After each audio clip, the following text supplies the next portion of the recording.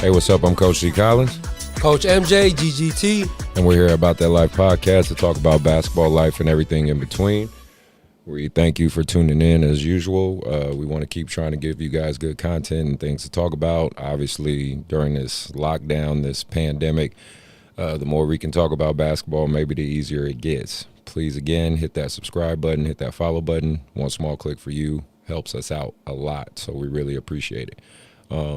It's been maybe a couple of weeks since our last episode. Yeah, like 2 weeks. Yeah. Since we had Coach Jelpy and his son. Mm-hmm. And we got a lot of positive feedback from that. So thank you for those who've been tuning in and listening. Again, little by little, we see the subscribers go up, the follows go up, and it's definitely appreciated and noticed because, again, me, Ty, and Mark put a lot of effort, a lot of heart into this. These two guys drive about 40 miles to come out here to make sure, the show takes place, and I appreciate everything they do. So you can show your appreciation by just hitting that like button for us. That helps a lot. So today's guest, we have a returning guest. Hey. Good to see you, MJ. Yeah, good to see y'all too. And back. And then we have a new guest, Kendall Allen. You good, bro? What is wrong with this kid? That's the introduction of Kendall. Yeah, of course. And he's been like this since he got in here. So that's hilarious. But we're glad you're here.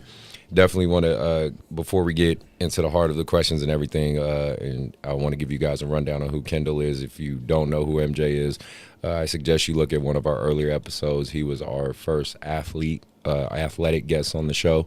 Was that episode 3? I think so. Yeah, because it was Ted first, and then him, right? Yeah. It was either your episode 3 or 4. So if you want to refer more back to him and his origins and where he came from and how he's been working, please go back to that episode and check it out. It was a great episode, and it was in the infancy of the show. Yeah, Genesis.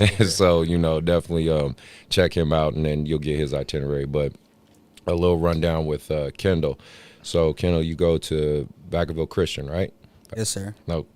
Yes, sir. It is. Relax, kid. All right, relax. Yeah. But I appreciate the respect. Thank you. He calls you sir. Your players don't even call you sir. They really don't. They be talking shit. The more grayer I get, the older I feel, and that shit don't help right there. But no, he goes to Vacaville Christian. You're a two-sport athlete, right? Basketball and football. Let's couple of your stats right here. It says freshman, you've been on varsity since you were a freshman, correct? Okay. Freshman year stats are 14 points, 2 assists, 3 rebounds. First team All-League and section championship? Yeah. All right, good. Congratulations. Freshman varsity football stats is 992 receiving yards, Hey.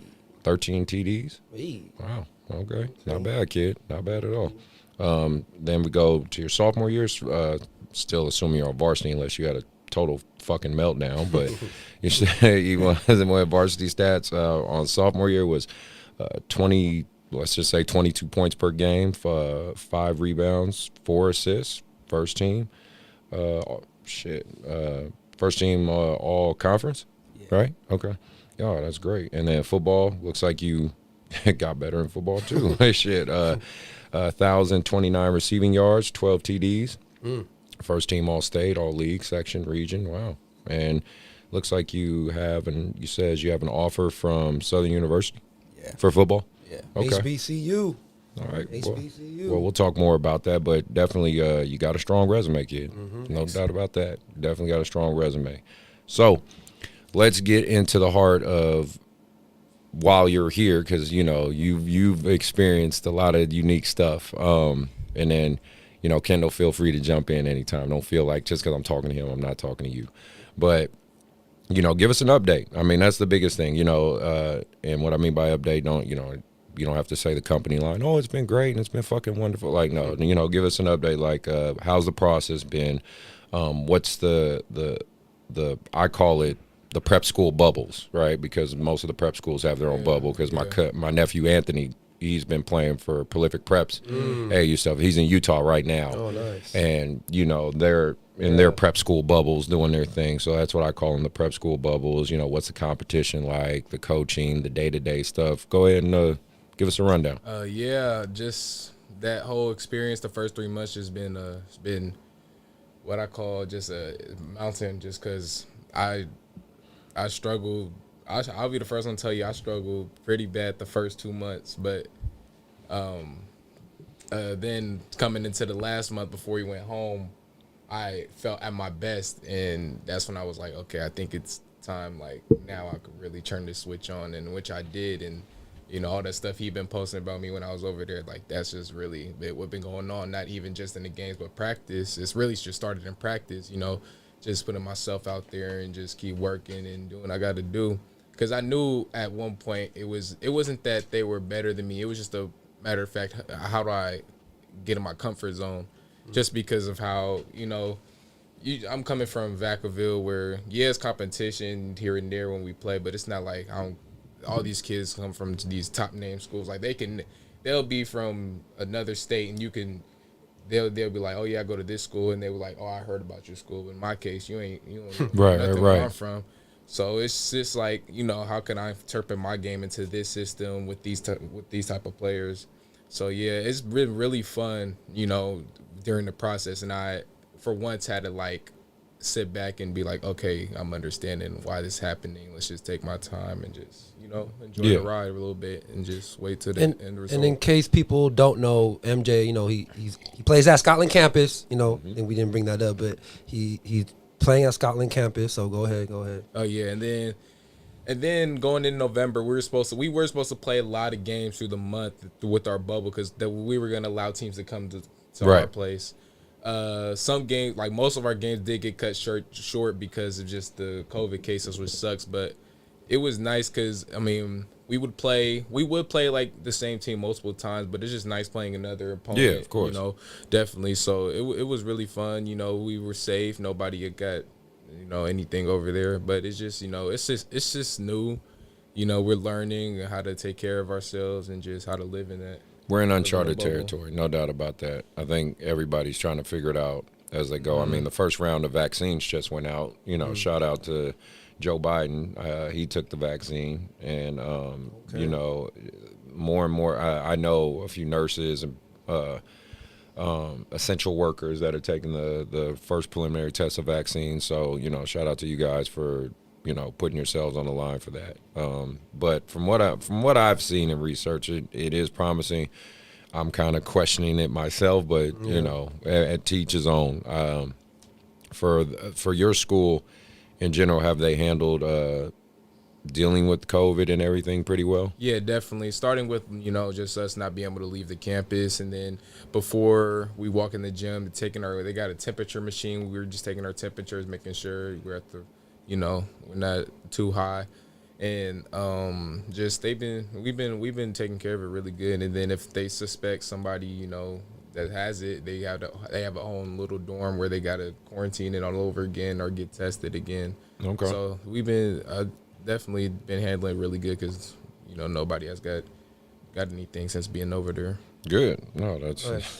I mean, that's the hope. No, when just elaborate a little more when you say it was tough, like the first couple months. Was it, when you mean it's tough, do you mean it was just acclimating to the distance? Was it the system? Was it the players? I mean, it was just. What I do you feel for me, it was the system, just the system, because of. I feel like at the time, everything going into it, everything was quicker, and I'm gonna say mentally I was kind of, you know, like, how am I, a kid from Vacaville, gonna play with these kids who are 4-star, you know, right, already got some type of interest from college? I'm just, you know, I'm not gonna say I felt like the little guy on campus, but you know, it seemed like that. Yeah, you're trying to find your boy. So just as I learned to adapt, and I just worked, like I never worked as hard as I did when I got there, and I just, you know, I would probably be out for 4 hours of sleep, maybe less, you know, waking up next morning doing it all over again, and I just wanted it bad, and because I knew it was just right there, and it was reachable, and once I found it, you know, it was fun. That's when it just really became fun. All right, good. No, nice. I'm glad. Nice. Okay, so for you, Kendall, right? I was been looking at Mark's social media and stuff, and seeing you making some decisions for yourself. So I wanted to kind of focus that with you a little bit, especially since we're already talking about his school anyway. You know, you plan on going to his prep school, right? Scotland Prep, January. right? Okay, good. So what are some of the advantages of you think going to prep school as opposed to maybe going the more traditional route, which would be either like a JC or a 4-year or things like that? I mean, and kind of what are you doing to prepare for that? Because the good part is you have some insight because you know somebody that's there and you know kind of what you need to do. But, what do you foresee as kind of your advantages and what helps lead to that decision? I felt like it was a big advantage was like another year of development and like mentally and physically, because I'm not the biggest, strongest guy. So I felt like the coaches, like prep school coaches, actually get your body right for college and even beyond college too. And I felt like the coaches and like the system, like it's like a college system, so they're training you before. Put the mic by your mouth. There you go. They're training you before you go to college, so you're not like nothing's new to you. Yeah. You're already used to it. So I feel like that's a big advantage right there. Yeah. Okay. Like for real, they just to add on, just because when we go there, they're just always gonna say we're not preparing you for high school, we're preparing you for college. So definitely this is college preparation, and then not just that, just so you can succeed in college and play further on. So yeah. All right, sounds good. No, I mean, as long as you guys see the advantage of prep school, and I'm seeing more and more the advantage of how prep school not only can get you guys ready for college, but really can, it's kind of a nice in between route. You know what I mean? Obviously for eligibility and things like that. So I'm glad to see more and more guys take advantage of it. Well, one thing that I kind of want to add to that too is just that, Kendall, you're breathing into the mic. yeah. one thing that I do want to add to that, especially with parents listening and players listening, is prep school isn't for everybody. You know what I'm saying? Just, especially with MJ and Kendall, since I work with them, that, yes, that is, especially with, with COVID and everything going on. But besides, if there wasn't any COVID, the whole prep school experience, I feel like, is, for either certain players who are diamonds in the roughs, who don't get the right exposure because of location or whatever it is, late bloomers. So, especially with Kendall, we've already went through this with MJ, in the last time we were here, but also with Kendall. I feel like, I don't want it to be like, I know a lot of parents are probably going to be like, oh, okay, well, that's a good option for my kid. And, how much is it? And it's not necessarily about that. Like, you do have to understand that, especially with them Kendall's going to Scotland campus. MJ's been at Scotland campus. Like, that's a top 5 prep program in the nation. So they're out there, they're developing killers. But at the end of the day, you got to have something in you for you to even be qualified to, be considered to get on a team like that or anything like that. So that's just something that I wanted to throw in there for any of the parents or players listening is, it's part of a blueprint, of trying to get to the next level. And also, you actually got to be a dog, and you got to have that heart. You can't just go in there like a regular old high school player. You actually have to have some type of skill and mental toughness too. Yep. 'Cause they're going to test you when you go to prep school too. Yeah, for real. Because I seen, like, not even trying to be on no, like, let me lurk through your page type stuff. But, like, when we first start going there, everybody start following each other on Instagram. So, I look at some of their highlights, of course. Yeah. You feel me? And you feel me, look like they the man at their school. But then going through these months, it's just like, damn, like, okay. Like, you ain't shit. I can hang with you. Like, it ain't nothing much. Yeah. All right. So, MJ, back to you. Have there been any colleges at these games? I'm just curious how, what the Bulls, has there been any colleges? Have they contacted your coaches or anything like that? There hasn't been colleges going to our games, but they definitely been watching the live streams and just any type of film because what I did was, after we get our full game film, I just start sending it out to anybody who's been in contact with me, and they've been reaching back. And a couple more schools and got added, after this previous tournament I just had with Rampage. They just been, they just checked in and just introduced themselves and stuff like that. But definitely, they just been really into the live streams, and that's like the first time because like I've ever experienced where a coach actually, was looking at my games through live stream, texting me after the game, telling me, send me the game film. So yeah, it's just been it's a weird experience, but it's actually been it hasn't held anything back because I've still been able to find a way to get contact with them and show them what I can do. Nice. And then and then talking about your performance. That's another side of it I wanted to talk about. So, from what I've seen from his highlights, from just looking at your Instagram and stuff, you're performing well, man. You're balling. You know what I mean? There's no bullshit in it. He's D1. He's D1. Somebody sign this man. Like, stop it. Go watch the film. Call Coach Chaney. Call my boy Sully. You know what I'm saying? Like, he's performing against 5-star players, ESPN ranked players. So I just had to throw that out there. That's man. Fine. That's as you should. Go watch the film. You should be his advocate, no doubt about that. I'm neutral. I'm just learning. So no, but from what I can see, I mean, you are performing well. You're doing well. Were you surprised? I mean, through this, because one thing I could say, and this is just more reflecting on my own life. This is just the old man in me talking, right? This is all the gray hairs talking. But I've learned more through the process than the progress. Does that make sense? Yeah, what I mean? I definitely do. People can see where I'm at now, and they think like, "Oh, Chris just figured all this shit out." Like if you would have told me when I was your age, for one, I'd be working a 9 to 5 in the middle of the fucking night. I'd have my own gym. I'd have my own company. I'd be like, who? What? Like, no, I don't do that shit. Like, I could, trust me. High school version of me was very different, right? So, what I'm saying is, like, through this process, I've learned way more about myself, about life, than the actual progress. So I'm just saying, has it kind of been the same for you? Yeah, definitely. That's why I said I'm like right now in life, I can actually say I'm at my best because that process wasn't just basketball. It was, I found myself as an individual more than anything. And I would always, question like, man, who am I as an individual? Like, what am I, you just always ask yourself questions.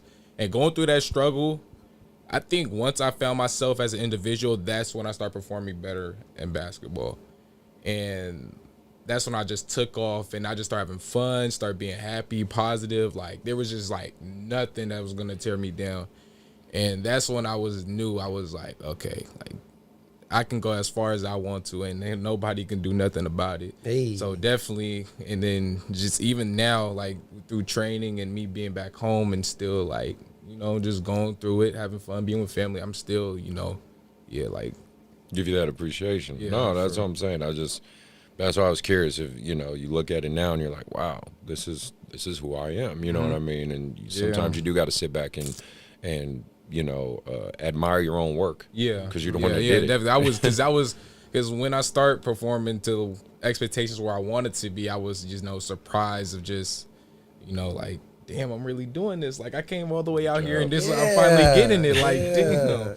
It's funny that he says that because, just to give a lot of people some insight, is, especially, I've been working with him now, we're almost coming up to 3 years. And we say this a lot. It's like, if we go back 3 years ago when we first met, we would have never been like, hey, man, you'd be in Pennsylvania, right. Scotland campus. Man. You know what I'm saying? Like, we always, we talk about that. Right. But at the same time, we've always talked about, well, this is what you're going to become. This is what you have to do. And he's been doing that. And so to me, like coming from his side, him saying, those first 2 months he was struggling, on my side of it, because of course, our relationship, like I said, is not just about the basketball. Right. That's also with Kendall. Of course. All my players, what I'm saying, it's more than just basketball. And so I saw that, and at the same time, having that connection with Sullivan Brown, who's the assistant coach, my college teammate, that's kind of the advantage as well, as I can talk to him and find out, like, yo, hey, MJ needs to do this. Right. MJ's not doing this. Or, one of the big things with MJ, what I'm saying, It's about that life, I don't need to talk about everything, but with MJ, like I said, when it comes to skill, athleticism, work ethic, to me, he has no weaknesses as a basketball player at his position. But one thing that, and to me, I believe, with a lot of kids, especially at a young age, is trying to control your emotions, right? When things go bad, still trying to stay composed. And I always, my favorite phrase I said to tell all my players is, think like a pro, act like a pro, look like a pro. You guys aren't pros yet, but that's how you have to carry yourself. So when scouts see you and coaches see you, and when you are struggling, they're looking at you like, okay, even though he's struggling, like he's still aggressive, he's still composed. And that's one of the things with him where I knew from watching all his games and talking to Sully was those first couple months was, he was still, especially in a situation like that, no family, you know what I'm saying? I'm not there to always be on him and be like, yo, bro, you'll be fine.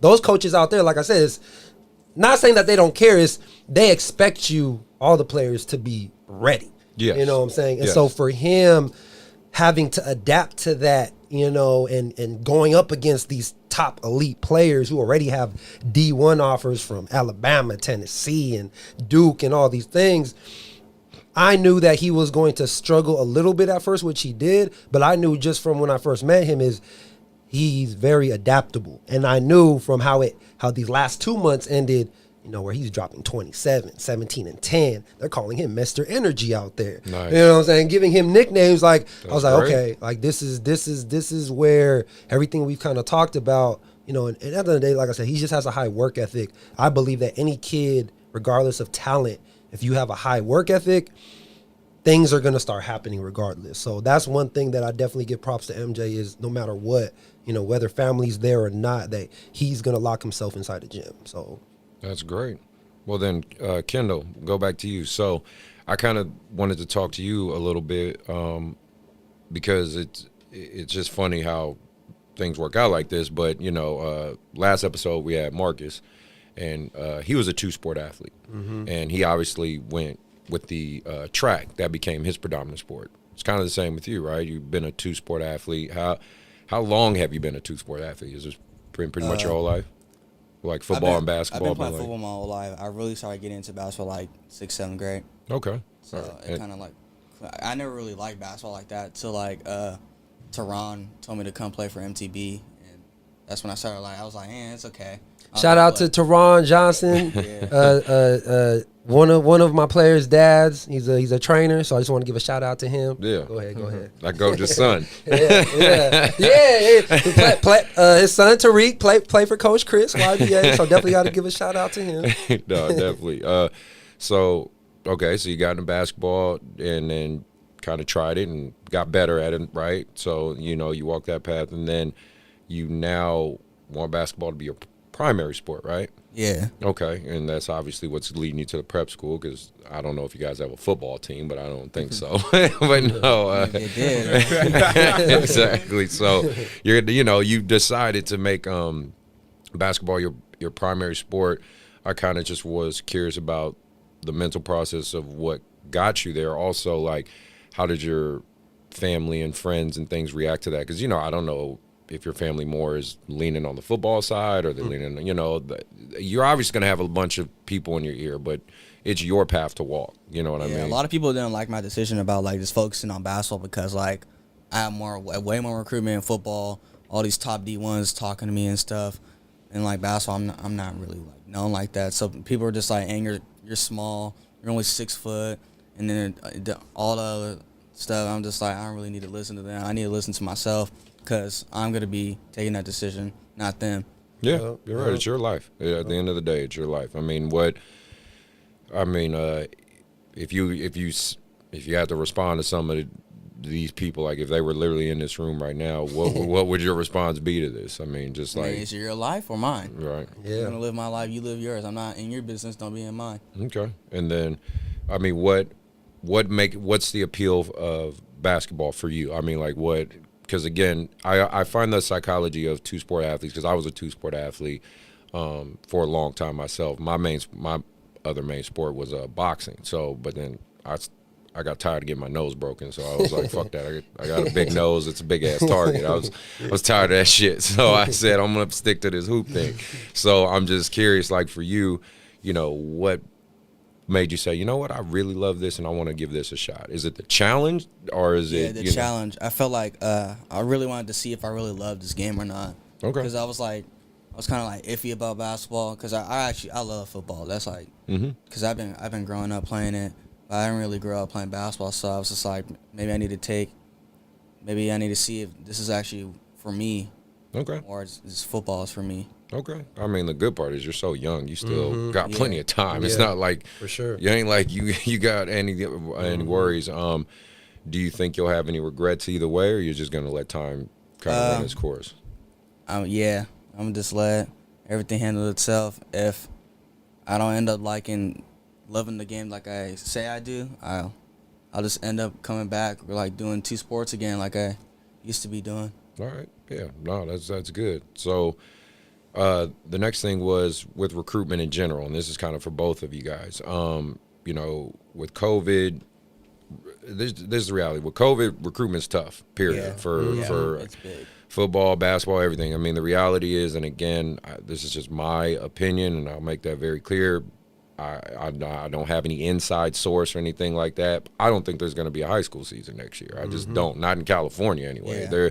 There's seasons in other parts of the country, but if we're talking about our state, I don't think there's going to be an athletic season. That's a big reason why I'm going all the way to Pennsylvania because I can't really keep waiting and just what's this because they keep pushing everything back. So I'm not finna wait for the governor to allow us to play. Like if I keep waiting, I'm not gonna have a season. I'm not gonna have a junior season. So that's why I also reclassify. So I just wasted a whole year. Yeah. Too. So and junior year is the biggest year of recruitment too. Yeah, and what makes it tough is because you are gonna have this weird paradigm. We talked about it last episode with the 2021 classes because the 2021 kids that are freshmen at these universities right now basically get a free year. I mean, because they get to keep their year, right? So. Again, if I'm a college coach at my university and I know I get a freshman for 2 years, I get a year to really mold this kid and work with him, and then I get to do it again. I'm building these kids up. So if I'm the college coach, I'm not even looking for recruits at that point, right? Because I just know I got a bunch of free kids. So what pisses me off, it really hurts you guys because they're not saying, oh, you get another high school year. You get another chance to play in high school. Like, no, you guys still have to move forward. You still have to graduate. I really feel bad for those high school seniors for this year because they're going to be in this really weird limbo area, right, where no colleges are going to look at them. Yeah, they could try JC, but again, and I am a JC coach, there is no JC season, and all the kids re-recruited get to hold their year. So there's no need for me to go get any more kids in my JC. You know what I mean? Like there's no need, right? One thing you learn in business is, the market tells you what it wants, right? Because if I come up with a product and it sells a lot of fucking shares or a lot of product, the market's telling me that there's a need for it. Well, right now there's no need in the basketball market for athletes for 2021 because I've already got them basically. So.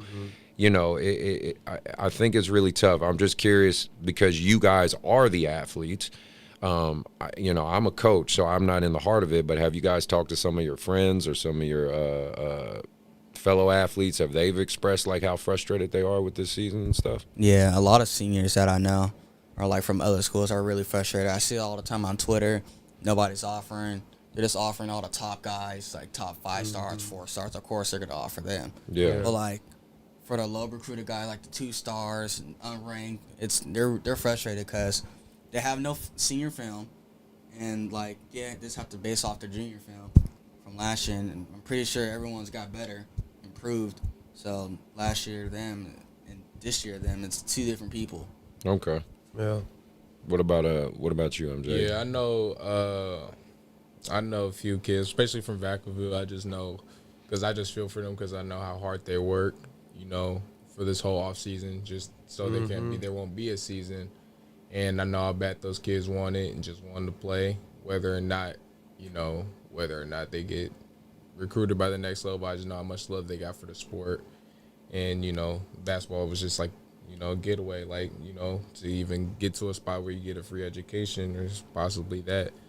Yeah. And it just sucks for them, and it sucks for everybody. Yeah. I feel for everybody. You know, It is tough. yeah. And luckily enough, I was able to get this opportunity at at where I'm at. So I'm in a better place than some kids, but it's even I know that if it's hard for me at where I'm at, I know like for other kids this is really a struggle. So I could believe that. Tough times. So Kendall, for you, because from MJ's episode, we kind of already talked about this, but anytime I have a kid that specifically like me or Mark coached or trained or anything like that, I always want to talk about that relationship. So, how has been training with Mark, and just in AAU basketball, just everything. How has that helped you progress athletically and physically and things like that? It helped me a lot because, like, when I came in, I wasn't, like, my free throw percentage, my ball handling, my mental toughness, everything was just, like, it was, like, okay, but, like, it's just, like, I was inconsistent and stuff, and I felt like when I went to Mark, I actually, I took off, like, my, when I had my AAU tournaments, I wasn't struggling. It felt like easy to me. Every time I missed a shot, I just moved on with it. I just kept pushing it. And my mental toughness is the main thing for me because, like last year, I just couldn't keep it together. Like I would just flip out every time I missed a free throw, missed a shot that I know I was supposed to make, and it was just throwing me off all my games and stuff.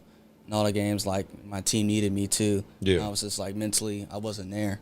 No, it's all right. It's a learning process. You just got to hit that delete button and move forward. One thing I kind of want to add to that, with Kendall is, like, especially, and this was, a big thing when he decided to choose basketball because, I sat down with his mom and dad and I told them straight up, like, I don't want this decision because of me.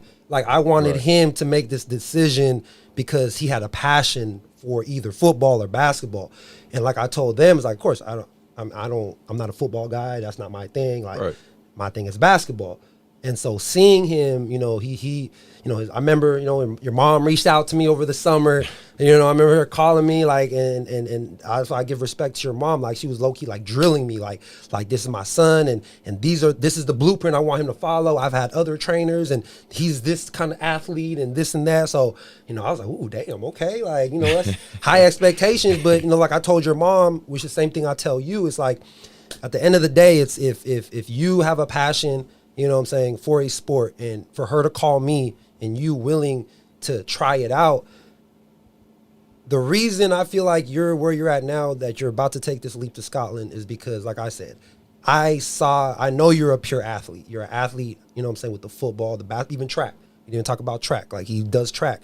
But the thing was, I saw, from a basketball standpoint, like, I saw qualities where I'm like, wait a minute. He's been balancing football, basketball, and even track. Like, he hasn't even went 100 really, with really one sport. And so the times that he's been working with me, I remember when you were about to go to Utah, and remember we were like in the lab for months, leading up to that, and you were just killing. Then you were playing against 18U. Yeah. Averaging like 20. And to me, like I said, regardless of his height, like, I see the qualities with his passing. Like, he averaged 21 points per game his sophomore year. He only averaged 4, but, not putting anything on Vacaville Christian, but the talent there isn't the same. So he had to average the 21 points. Right. But when I see him in training, when he's competing against our elite guys, and I see how he, his instincts and everything like that, I'm like, if you put that with elite talent, like, man, and he's grinding through a whole season of basketball and working out every day. Like, I truly believe, like I said, who knows? He might become and make it to the NFL or whatever. But right now, and, I'm a person that lives in the moment. Right now that he's with me, we're doing this basketball thing. He's actually going to Scotland with MJ. My mindset right now is like, okay, how do we make you the best basketball player you can be? And from that, I've been just seeing, like, wait a minute, like, your shooting is improving. Like, he's improving fast. Good. You know it too. There's certain kids that it takes them a while, and then there's other kids who are like, "Damn, okay, we've only been doing this for a month, and you've already picked it up." Exactly. And so to me, that's why I feel like for him to pick the basketball side of it, what I'm saying. I know at the end of the day there is a little bit of influence because I see him every day. We train, we have our conversations. He's around MJ, he's around other players. What I'm saying, that I work with is to me, there's something in him that is telling him that he can do this. So to me, Then you gotta go for it. exactly. And I Gotta feel go for it. like you in a good situation, bro. Keep doing what you're doing. Well, yeah, and I know the progress because I've seen it. Because funny, well, on a side note, funny story. That's just how small life is and the basketball community is. I saw you I've coached against you twice. Oh, I remember you Coached against him twice. You might not remember because I think you were a freshman. I think I even tried to recruit you that year. Yeah, I remember you told me that. I tried to recruit him that year, but you chose the wrong team, unfortunately. But hot shots, yeah. Hot shots elite. At freshman year, because I thought him and Malik would be a good duo together. Malik Rose, he went to Folsom. We ended up playing you guys at Harwood, and there was so much hype around this game because this is when this guy Lewis was doing way too much. It was all the ranked players in NorCal. Yeah, and it was I had my ranked guys, he had his ranked, so he was like, oh, hot shot. And then like 3 of the players that played at hot shots with him, at least in that game, used to play for me. It was James, Julian, and Tay. Yeah. And they played for me in 8th grade, and they left freshman year. He basically poached my kids, but like I told you, you know, that dude has had a real shady history. But even still, there's a lot of hype around that game. I mean, he's talking on social media. I didn't engage at all. You know me. I didn't engage. Yeah. He's doing most of the talking. I just want the kids to play because I thought it'd just be a great game because I thought, like, shit, these are some good-ass players against my good-ass. You know me, I'm all about competition. Exactly. Bring me the good player. And so, and it was a really good game. He got a tech. I remember that. That's when he got a tech. He got mad at Malik. I know what he did. He did some little shit. Malik was like, he was like testing me and stuff, and he did something. I forgot. Like he did. He got a something, reaction out of him. Yeah, he got a reaction out of him. You know, they always see the second guy. Yeah. But again, I ain't gonna lie. I kind of told him fuck with you because you know you were their best point guard. I was like, I said, hey, that kid, fuck with him a little bit, see what he does, and you reacted. But you still got back in the game. You had a solid game, and then fast forward, we just played against you again recently. Oh, over really? at courtside. Yeah, remember you were recording you remember it. the second game. When I got right. hurt. Yeah, You're right. You didn't end up coming. But you played well. I mean, as I'm saying, I've seen the progress. As I'm saying, I saw him in that freshman game, and then just before, obviously, courtside and stuff shut down, I saw you play again, and I see the progress in what you're talking about. So you know, keep it up. That's basically the best thing I can tell you. Keep it up. So switching gears to some of the fun stuff, let's talk the NBA. Right? Hey, let's talk about tomorrow. the NBA. Tomorrow, let's go. Let's go. We're going to talk about some of the quick hot takes and stupid shit going on in the NBA, and obviously our picks for the fun stuff. First, let's lead off with James Harden. Okay. I mean, enough analysts have talked about it. I'm just going to give my quick rundown. You guys in this stuff, you feel free to point out or say whatever you want to say. But, you know, I definitely don't like the way he's handling this. I don't think he's handling it like a professional. Yeah. And this is where I get frustrated with athletes because, like, LeBron James is someone who embraces his platform. He understands. I mean, shit, even to some, like, I shouldn't even say some levels. Guys like a Steph Curry, even a Chris Paul, even though sometimes he can be a dick, but I'm just saying overall these men, these black men understand the platform that they're on. They understand what I do affects the world around me.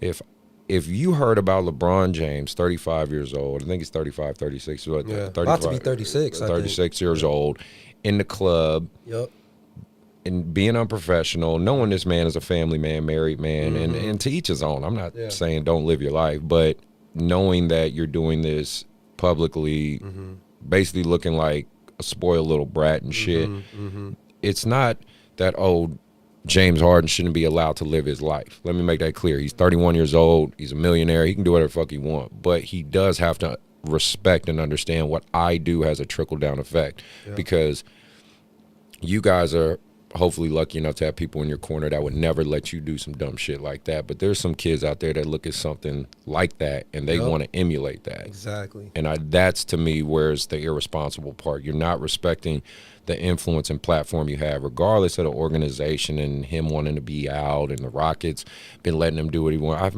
I think one analyst called it, they said the Rockets is ran like a high-level AAU team.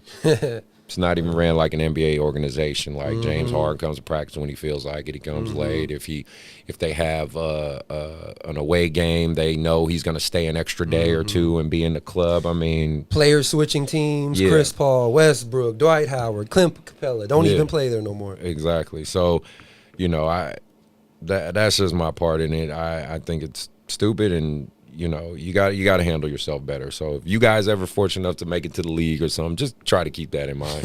Try to keep in mind there's younger people that are looking at you. Yeah, I just feel like the timing too with everything that's going on with him. Demanding the trade.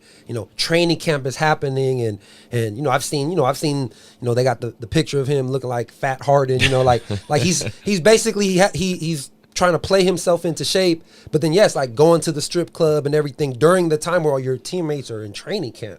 You know what I'm saying? And then of course blasting it on social media with all these rappers, knowing that like you said, I mean, all these players are going to live their lives, but it's just the timing of it. You know what I'm saying? Like that's pretty bad and he's a really special player. Yes. So for that, that's to me not.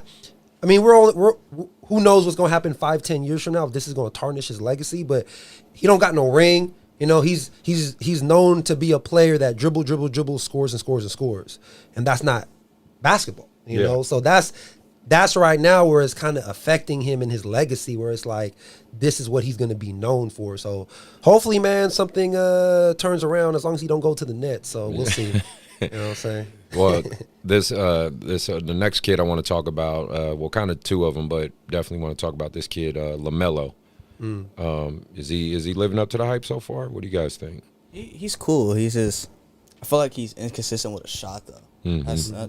His playmaking ability is off the charts for a rookie. Yes. Yeah, his playmaking ability is his best ability. I feel like. I just feel like he's getting overhyped though.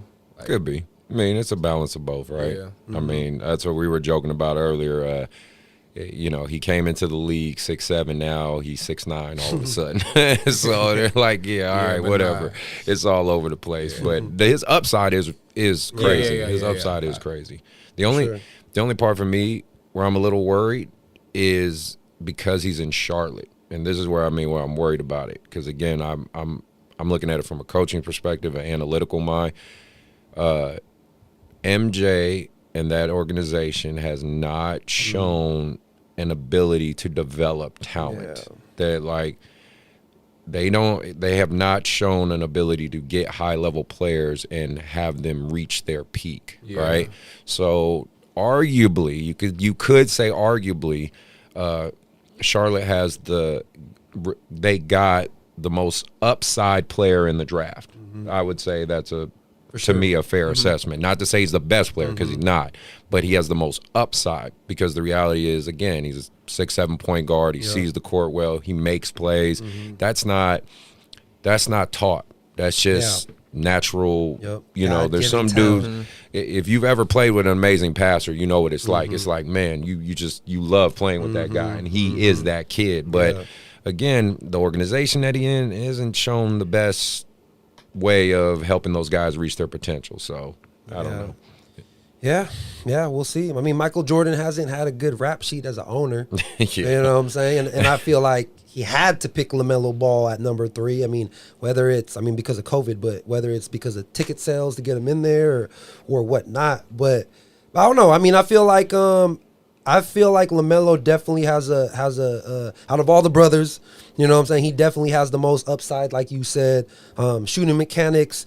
But this is how I look at it, especially with NBA players that come into the league. Like, you're getting paid millions of dollars to develop every single year. So if he does, like I said, I'm a big LeVar Ball fan, you know what I'm saying, if everybody hasn't known, and I believe that no matter what, you know what I'm saying, no matter what the dad says, if you take away the dad, these boys are hard. You're not just the number 3 pick because your dad is overhyping you.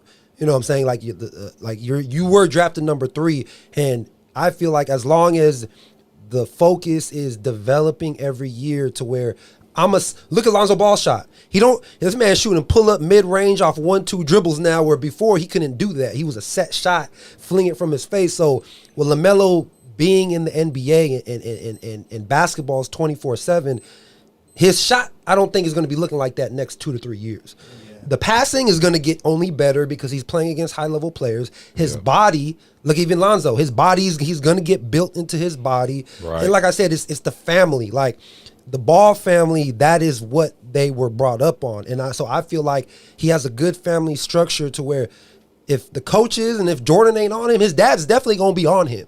You know what I'm saying? Because like he said, they were born to try to be better than Jordan. So whether they reach that point or not, I believe that they are going to be working towards that and try to be their best individual selves. But I feel like LaMelo is going to be, and remember, LaMelo don't got to stay in Charlotte forever. You see all these players, 2-3 year contracts, they bouncing. Yeah. You know, you see Lonzo, he didn't even take an extension with the Pelicans. You know what I'm saying? He's going to wait till next summer. And I've been saying it, and I'm going to keep saying it. All 3 brothers, if not all 3, 2 of them, they all going to come together one day and play on the same team. Watch. If whatever team he's on finesses LiAngelo like they did, LiAngelo, I mean, he'll be on the bench. He'll be in attendance at the game. All 3 brothers are in attendance at the game. You're right, but look at the politics side of it. Look at Giannis's brothers, right? Yeah. One plays on his team, he don't play, but he's on the bench in Milwaukee, and the other one play for the Lakers. So I feel like if one of them can be really, really good, they gonna have power. If LaMelo becomes really, really good, you know what I'm saying? Like, yo, I want my brother to be over here. You know? Yeah. There you go. Shots fired. But you never know. Well, the next thing I wanted to talk about was, especially because this has become kind of a hot topic too, is the media, sports media, right? Kyrie Irvin has had his choice words for it. Just recently, there was a commentator, I cannot remember that guy's name, and I listened to him too. It's not Stephen A. or anything like that, but he talked about DeAaron Fox and compared him to Ja Morant, and said, he said, Ja Morant is who DeAaron Fox thinks he can be or wishes he can be. He said some out of pocket stuff like that, and the question wasn't even didn't even pertain to DeAaron Fox. So he talked about this analyst on Twitter and said, "You a bitch," like, you know, and so on and so forth. And my question, and then of course, you know, Kyrie is definitely under the microscope for everything he does, especially when he called the media pawns and things like that. So I guess my question is, can media go too far? Yeah, they go too far just for a story, to be honest. It's just everything about the money and the story, the headlines and all this. And they can be out of pocket sometimes. For sure. So not even just basketball too, like especially through all this, like when the virus first, you know, came, like it was just out of pocket stuff, you know, like it just really got to a point where it's just, you know, you can't control it, but people just, you know, speak their opinion and it just starts stuff, you know, because you got the followers and the people who are against it. Yeah, I feel like Kyrie is, he has some good points, you know what I'm saying? Because we all know, you know, like the media is going to try to get the best story and try to poke these players' buttons, because at the end of the day, they don't care, you know what I'm saying? They just want them to get a reaction, you know, kind of like what you said about him, you know, you got the tech, you know what I'm saying? Because you're just trying to mess with them, you know what I'm saying? It's the same thing as how much can I push these players who yes, they make millions of dollars, but yet at the end of the day, they go through, you know, there's an 82 game season, they're traveling, they're going through stuff off the court, who knows, you know, how many baby mamas they got or all this other stuff. And then the media is here just poking the bear. But then at the same time, what's also tough is when you play in the NBA, you know it comes with this.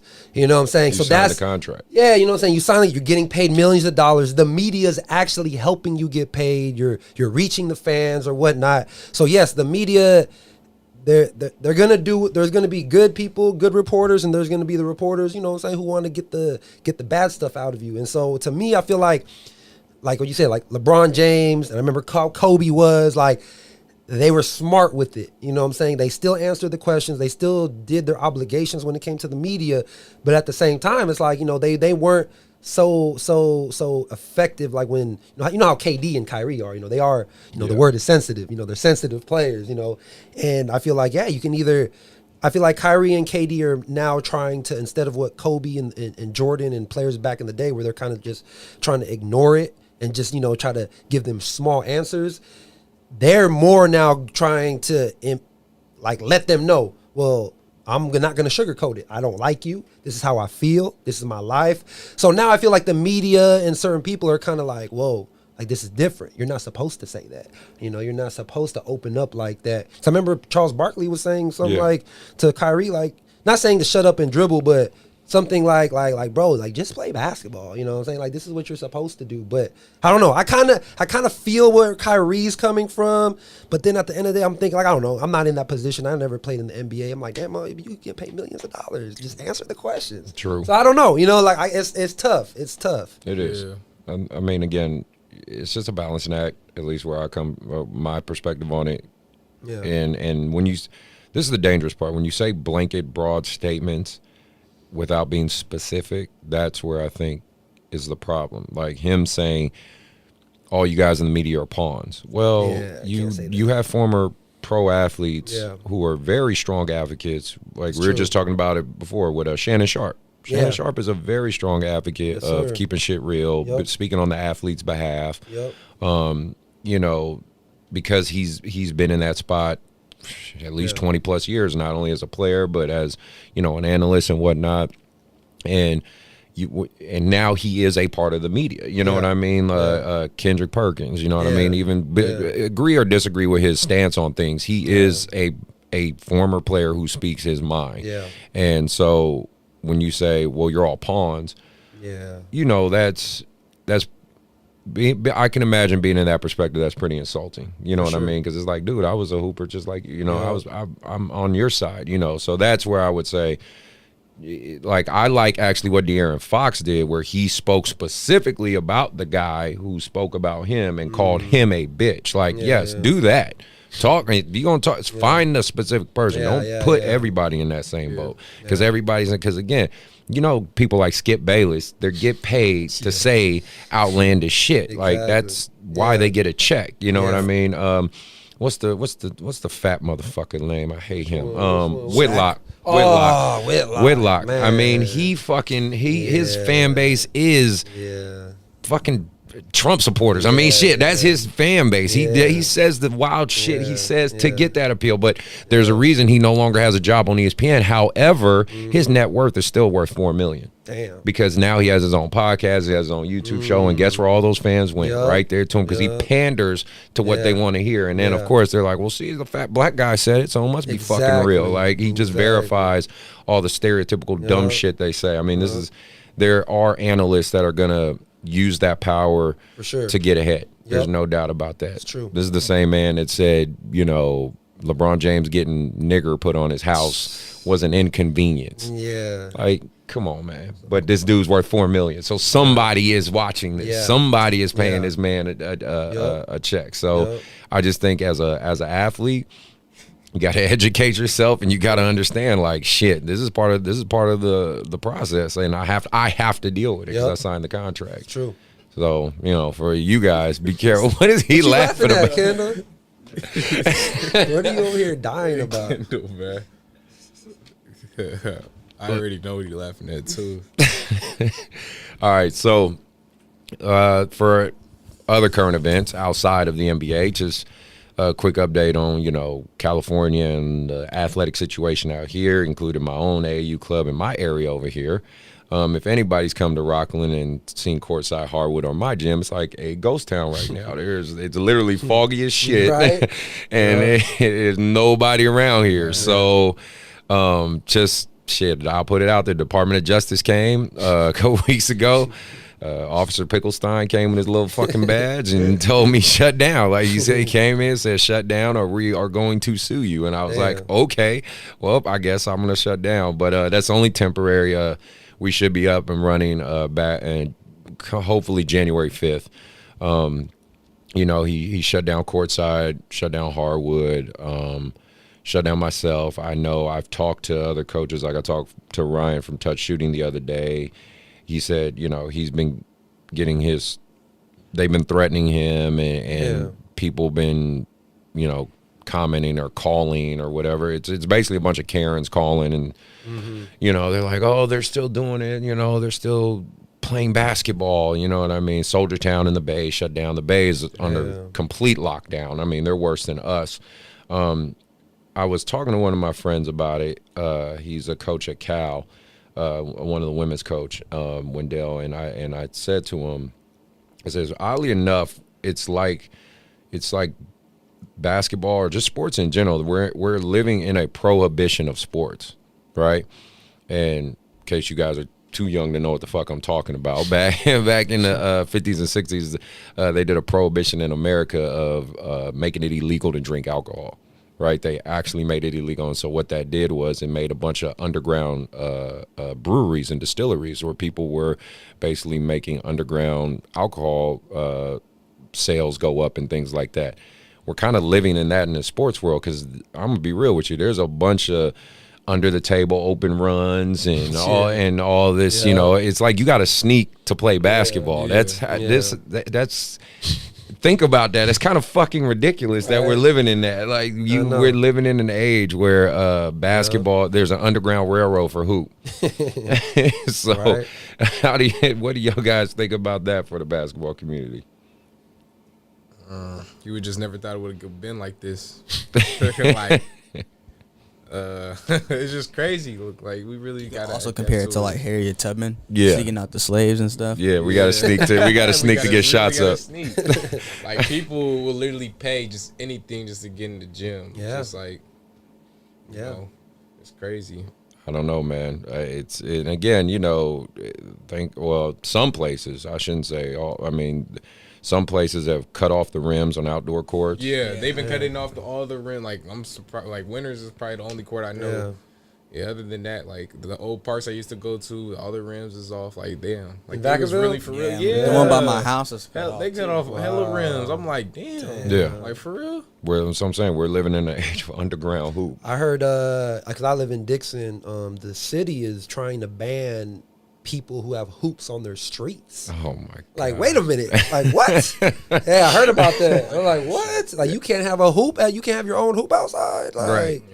And that's where I'm like, wait, this is getting out of hand. This is going too far. Again, yeah, bro. I'm not making light of the fact we live in a pandemic. I'm not. But at some point, people do have to make decisions for themselves. And you know, if people choose to play sports, then that's their choice. If you choose to, that was supposed to be the premise of this country, is you had freedom of choice, freedom of speech, right? These are all of our amendment rights. So let us live those. You know what I mean? You can't.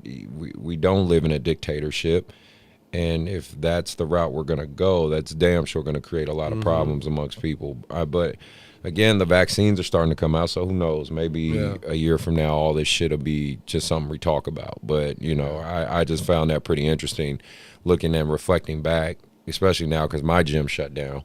You know what I mean? And everything around me shut down. It's like, damn. Crazy. If I want to do an open run, I gotta really like sneak and do it and be like, okay, look, park your car over there, walk over here, make sure you look around, make sure nobody's following you. I'm like, posting, don't post anything. Yeah, don't post it. Yeah, like I'm really doing something illegal. I know, but it's a game, just basketball. Yeah, so you know, hopefully things get better. The last thing is I want to, especially because this week, because especially for our fans, want to wish everybody a good Christmas, right? Because that's coming up. Obviously, I'm fucking dying at UPS every night, but no, grinding, my boy, grinding. Yeah, I try, man. But no, I definitely want to wish everybody a Merry Christmas. want everybody to be safe out there. Enjoy your families. I know with COVID, some people can see their grandparents, some can't, and that kind of is tough because obviously you want to make sure that demographic stays healthy. For sure. I know for me, I'm gonna try to see my mom, but my mom's type 2 diabetic, so she's like nervous to have me come by. But I told her, I haven't seen her in I haven't seen my mom in like a year. Wow. So I told her, I was like, nah, I'm gonna come by, I'm gonna go to Oakland, say what's up to you, things like that. What about you, Mark? What you doing for Christmas? Yeah, so every Christmas, since I moved out here to Dixon, we always go to Vegas. My family's is in Vegas. Nice. So this is gonna be the first Christmas where we don't do that because of COVID. So that's gonna be tough. But yeah. What about you guys? You open some presents? Shoot, I don't even worry about presents no more. Only gift I want for Christmas is an offer. Hey, hear him out. Hear him out. That's good. That's the right thing to say. Shit. What about you, Kendall? What the fuck is wrong with this? You asleep, bro? He need a haircut. That's what Somebody give him a haircut. I don't know. Yeah. I don't know what I want to do for Christmas. Wake up. Shit. Wake up, be in my drawers, and head back upstairs. Like, All right, there you go. That sounds like a good Christmas. I'm probably just gonna sleep most of mine, so I ain't worried about it either. I want to talk respectfully disrespectful before we get out of here. Basically, a subject I was kind of thinking about. I got a call from, and I want to give this dude a lot of respect, Coach Jay from CTB. He gave me a call because he wants one of my 8th grade players, Muhammad, to play with him in this tournament. And also when Elijah from Team Rampage came to my team, to my 16U team, me and Bracey talked, right? And I appreciate coaches that can do that. That's one thing I want to just point out. Like, I appreciate coaches that could collaborate together because it made me think, because of your relationship with Bracey and Mark and the way they can communicate and collaborate to try to help you be your best. You know what I mean? Like, and like Tariq's dad and just all that. I just want to give a shout out and definitely say I respect those coaches out there and trainers and whatnot who can do what's right for the athlete. And it's not an ego thing. It's not you're my player, don't play for nobody else. I train you, don't train with anybody. I'm a big advocate. Look, go through any fucking episode you want. I say it all the time. Play as much as you fucking want. Play for who you want.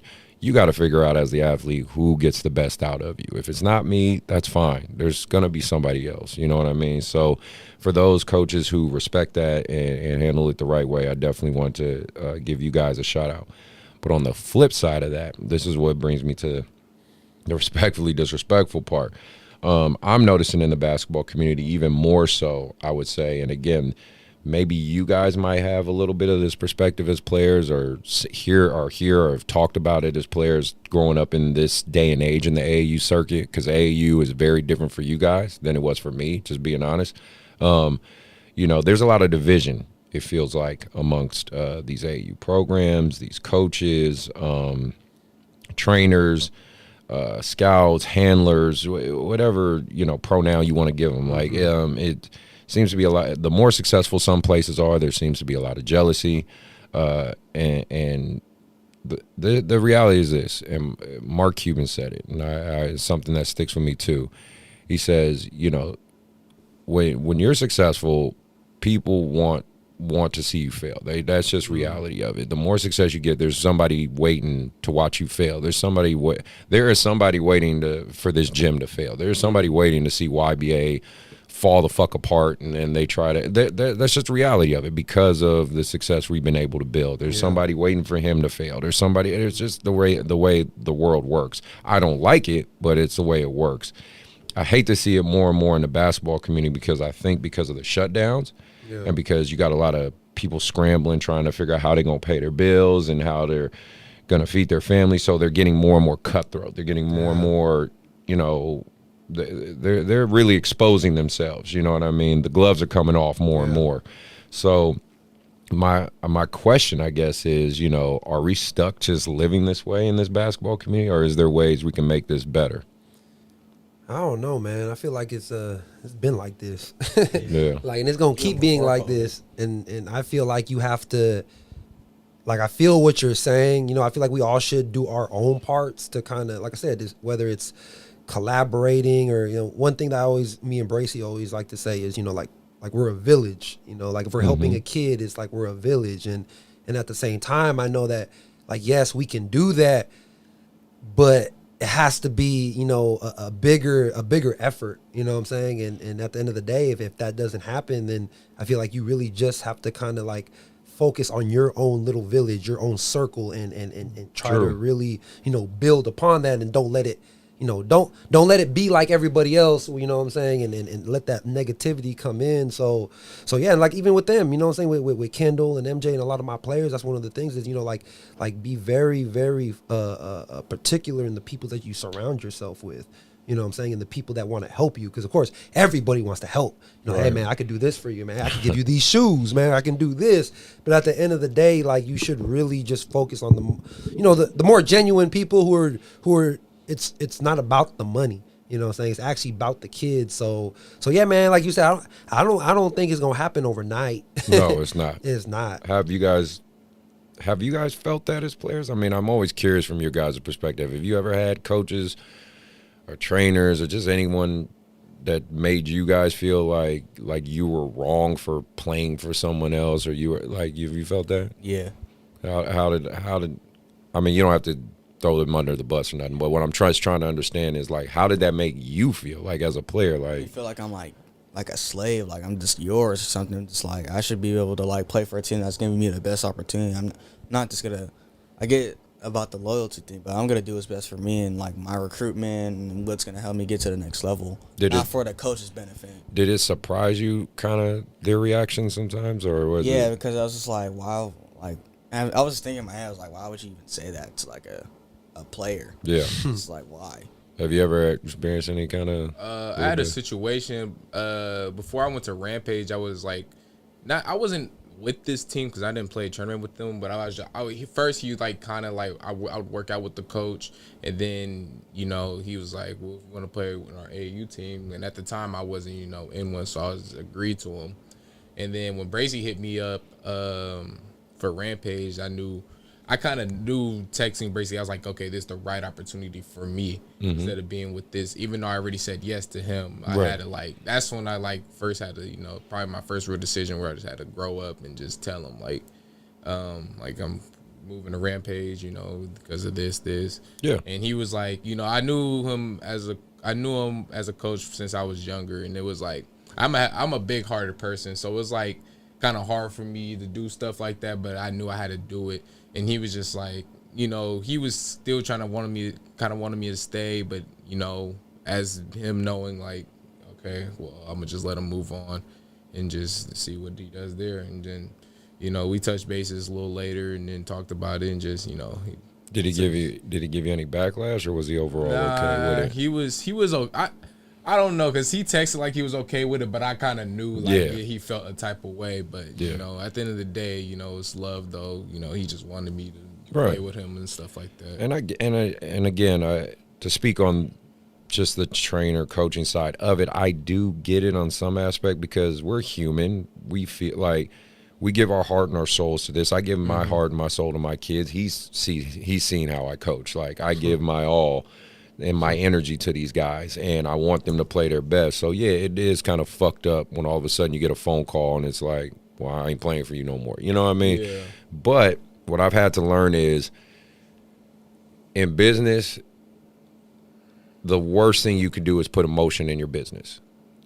That's just one thing I've learned doing this, because that's the reality of it. YBA and my training company is a business. That's, at the end of the day, that's what it is. And we have a business model. I cannot afford to put my emotions in the business, because that's when you make bad decisions. You right? So I've also had to learn that when it comes to recruiting kids and coaching kids and them making moves for themselves. Like when I recruited you, I I don't know. I don't think you respond. I think you look, but you didn't say anything. But I don't think like I said like, well, fuck you then or anything. You know what I mean? Like, no, he just didn't. He clearly had his team, which was fine, and I just was like, thanks for hearing me out. Like, I mean, just thanks for checking out the message, because I think I just messaged you on Instagram or something like that, and that was it. And I don't take it personal, you know what I mean? But I've had kids who've left me for other programs, and what I learned to do is I said, okay, every year Team Lillard, Oakland Soldiers, Lake Show, all these guys keep going after guys that I coach and that I train. Okay, so I figured out, how can I use this rather than fight against this, right? West Coast, these are the programs that are bigger than me, in my opinion. And what I mean by bigger is they have the shoe contracts that I wish I had. I have a Nike contract, but it ain't the one like the Soldiers got. But it's the Soldiers, Team Lillard, and a West Coast Elite. Those three.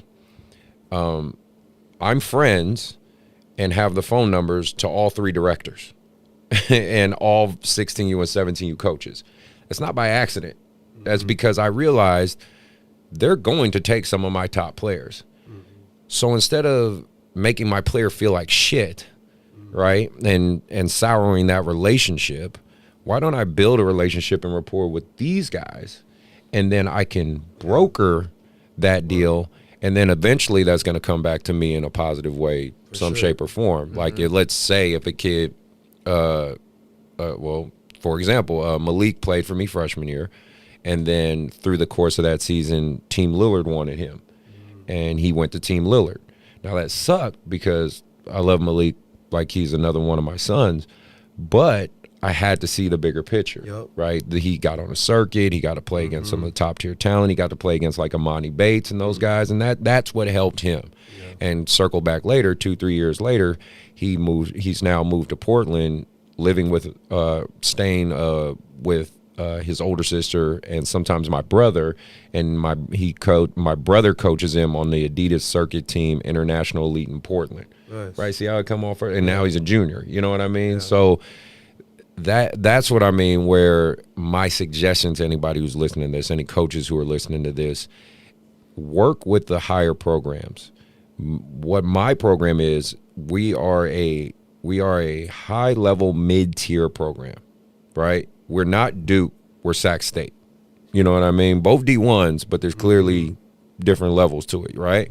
So instead of me trying to, be the enemy of Duke, I'm going to work with Coach K, right? And I'm going to say, hey, I got some players for you might want to take a look at. But then what is Coach K going to fuck around and probably do for me, right? He'll probably sit me down with the right people, get me to the right meetings, get me to have conversations with the right people, you know? So it was just kind of an interesting thing I was thinking about, because I don't think it's fair to put that kind of pressure on you guys. You know what I mean? For sure. Life's hard enough.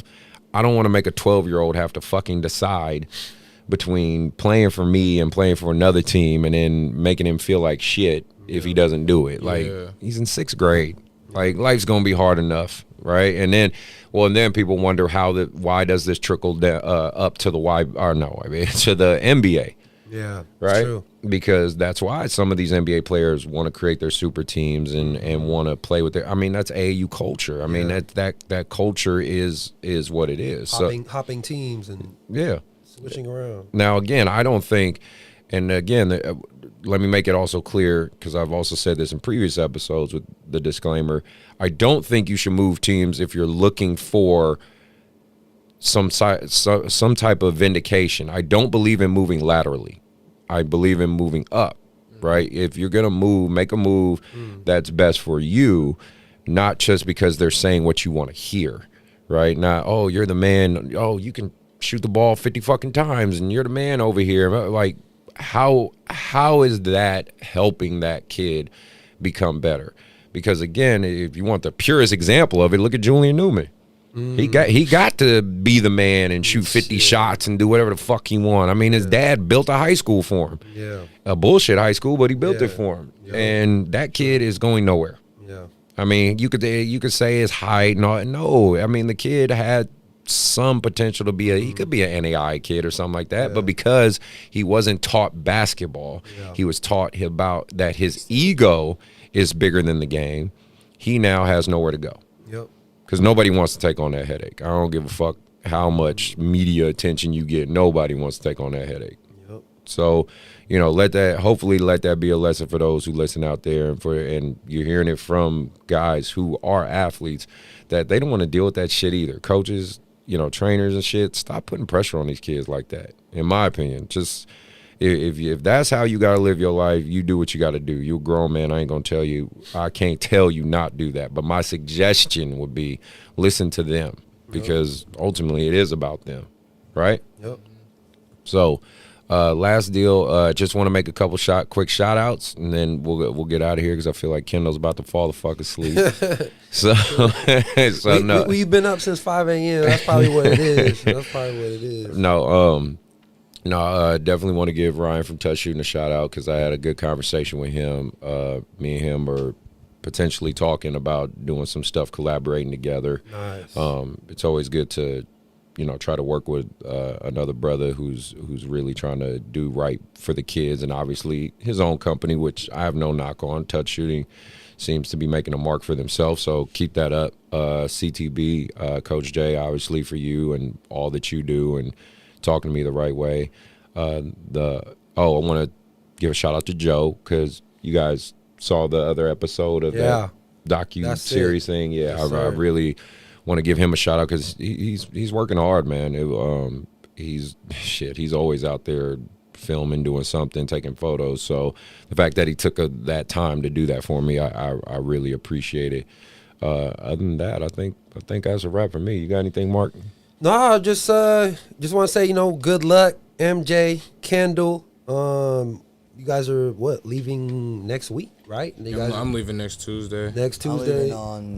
He's leaving the week after. He's leaving. Yeah, man. So I just want to say good luck. I think I leave next Friday. Okay. Oh wow. Oh, so you're going, huh? Yeah, Oh shit. So I just want to say, good luck to them, and like I said, MJ is the best unsigned guard in the country. So I just want to let that out there. All right. Well, again, we appreciate everybody who's checking us out. Appreciate everybody who's listening. Again, thank you two for being on the show. Thank you for having us. No problem. I'm glad things are going well for you, big time. I really am. And Kendall, obviously, I wish you a bunch of luck. Go out there, kill it, right? For those, again, please, again, hit that subscribe button. I know you guys get tired of hearing that, but it does help. It really does help, especially with that YouTube algorithm. The more likes, more people can see it.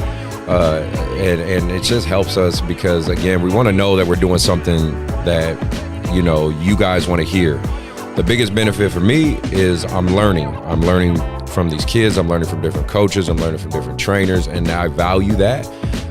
Definitely want to give Ty a shout out as always because he's working hard behind that camera for us and doing great work.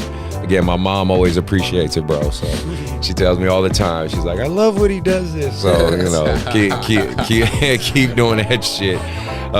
Mark, you got anything to add? No. Shout out to Ty. Guy Ty. My guy. Again, please follow us on our social media. The links will be in the description for the show and on YouTube. If you have any questions, comments, if you just want to say good job, if you want to say terrible job, we'll take all information and listen to it. I'll respond to you on YouTube if you got something to say. I don't care. Just please keep supporting. We appreciate you. Again, you guys, thanks for coming out. Everybody be safe out there. Protect yourselves from COVID and enjoy your Christmas. And we are out.